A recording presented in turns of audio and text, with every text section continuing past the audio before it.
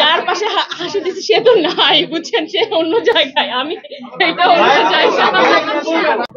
তো আমি model of the decade award পেয়েছি। আমি অত্যন্ত আনন্দিত এবং কৃতজ্ঞ যারা আমাকে মনে করেছেন যে আমি এই অ্যাওয়ার্ডের যোগ্য।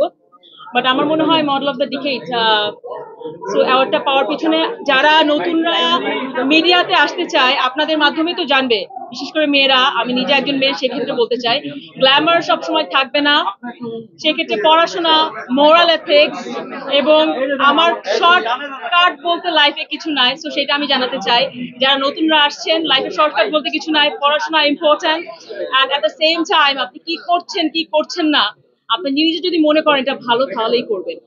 আর কখনো এরকম কোনো ভাববেন না যে শর্টকাটে আমি এটা এই পর্যন্ত চলে যাব, ওখান থেকে আমি এরকম করে চলে যাব, এরকম কিছু নাই।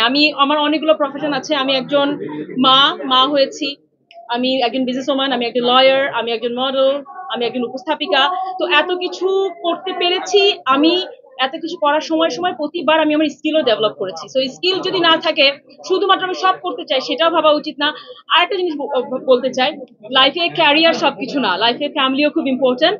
সো যারা মনে করেন যে ক্যারিয়ার করলে ক্যারিয়ার নষ্ট হয়ে যাবে, বাচ্চা হলে ক্যারিয়ার নষ্ট হয়ে যাবেন, আজীবন ক্যারিয়ার নিয়ে থাকলেন, যখন আপনার 40 তাকাবেন না, শুধু ফ্যামিলি থাকবে। সো ফ্যামিলির সাথে ভালো সময় কাটাবেন এবং নিজে ভালো থাকবেন। Thank you. এতগুলো প্রফেশন, লয়ার বললেন, মা বললেন, সবকিছু মিলিয়ে এতগুলো মেইনটেইন করতে গিয়ে একটু বলতে হয় কিনা, কিভাবে মেইনটেইন করতে আমার সমস্যা হয় না।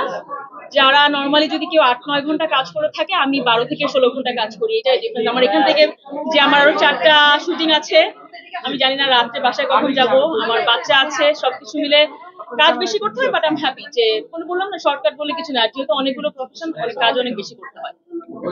Thank you so much.